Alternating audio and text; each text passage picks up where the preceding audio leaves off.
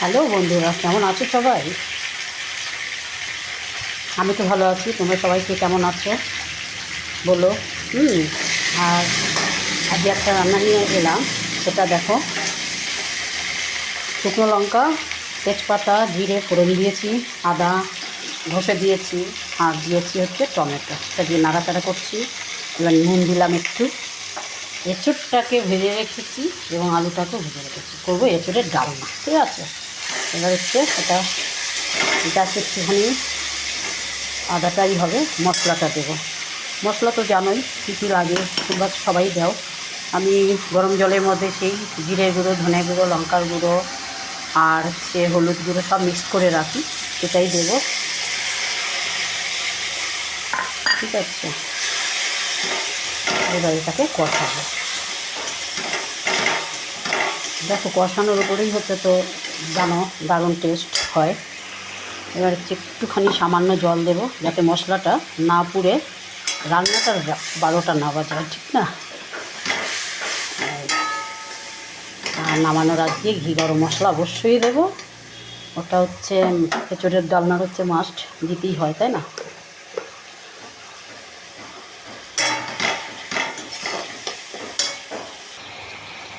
এঁচোড়ার তোমার মশলাটা, টমেটোটা গলে গেছে অনেকটা।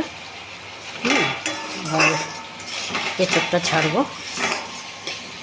মশলাটা না কষিয়ে দিলে তোমার হচ্ছে কাঁচা মশলার গন্ধ তো আসবে, যার জন্য মশলাটাকে কষিয়ে তারপরে ওটা ছাড়বো।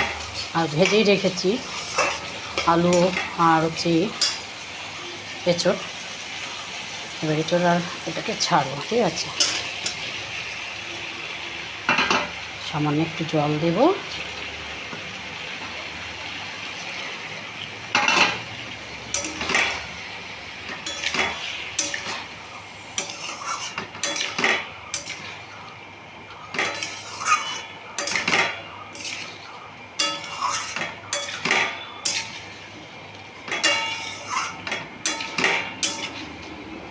আর দেবো কি বলো তো, সামান্য একটু মিষ্টি, ঠিক আছে? মিষ্টি না দিলে এঁচোড়ের তরকারি ভালো লাগবে না।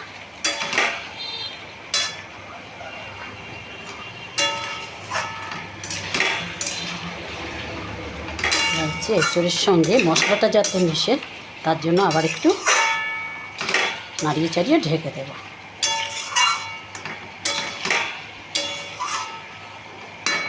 তরকারির টেস্ট কষানোর উপরেই তো, জানোই তো, তাই না? এখন আর একটু ঢেকে দেব, যাতে মশলাটা সুন্দর এটার মধ্যে আসে।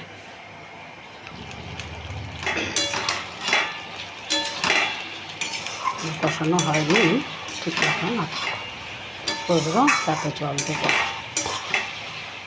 অবশ্যই গরম জল দিতে হবে, আমি গরম জল দিই, তোমরা যা যা দেবে, ঠিক আছে?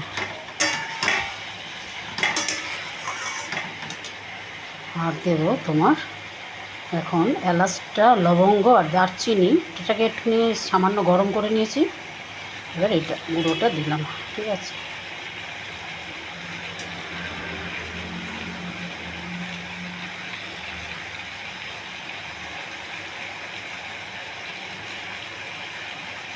আর গরম মশলাটা দিয়ে দিলাম এখনই।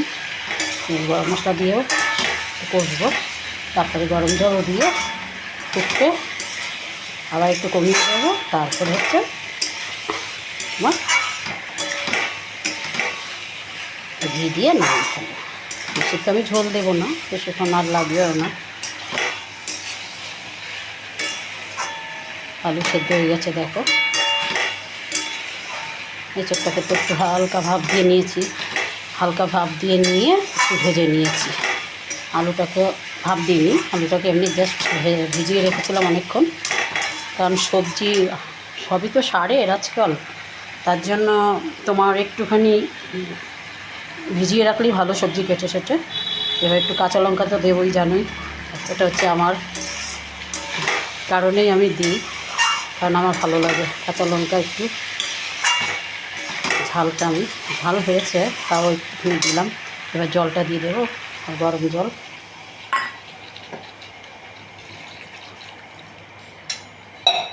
ব্যাস, আর জল দেবো না, এইটুকুই। কারণ এঁচোড়ে তরকারিতে বেশি কেউ জল দেয় না, ঝোল করে না, তাই না? সবাই গা মাখা মাখা ঝোল। ডাল থাকলে আর কি লাগে।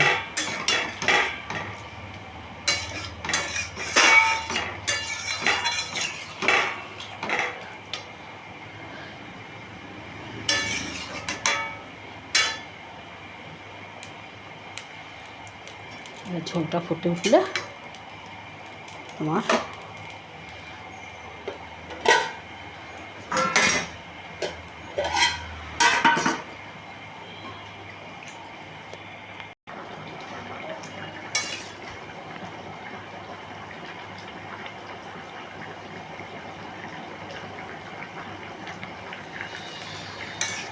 উঠেছে।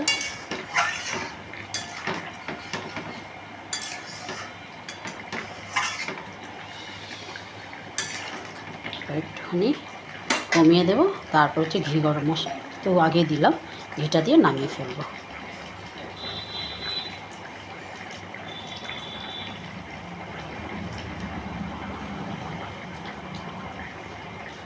তোমাদের রান্নাটা কেমন লাগলো বলবে একটু কমেন্টসের মাধ্যমে। একটু দেখো রান্নাটা, দেখো, না দেখে তো বুঝতে পারবে না। প্রত্যেকের রান্নার একটু হলেও তার হচ্ছে রান্নার কায়দাটা আলাদা থাকে। প্রত্যেকের রান্নার সাথে কায়দা মিলবে না, ঠিক আছে? প্রত্যেকেরই কায়দা একটু আলাদা। তার জন্য বলছি একটু দেখো, তোমাদের রান্নাগুলো আমি দেখি, ভালো লাগে, তাই তোমরাও দেখো আর সাবস্ক্রাইব করে দিও যারা যারা এখনও করোনি, ঠিক আছে? এখন কমিয়ে দেবে একটু।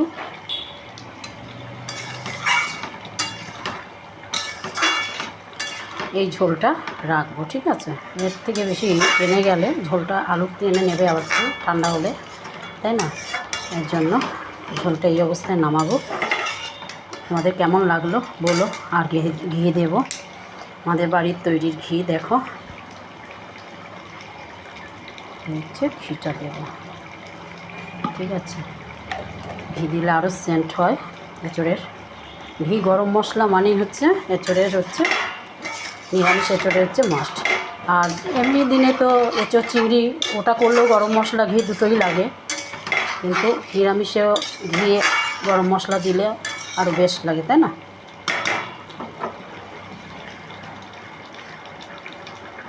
তোমাদের কেমন লাগলো এঁচোড়ের তরকারি রান্নাটা, ডালনাটা? হ্যাঁ, এঁচোড়ের ডালনা এটা করলাম। ঝোল তো বেশি রাখি না আমি, আর একটুখানি টানবে। ঘি দেওয়ার পরে একটুখানি নাড়াচাড়া করে নামাবো, ঠিক আছে? সবাই ভালো থাকো, সুস্থ থাকো, আর লাইক কমেন্টটা করো। যারা সাবস্ক্রাইব করোনি করে দিও প্লিজ প্লিজ প্লিজ, ভালোবেসে করো, ঠিক আছে? Thank you.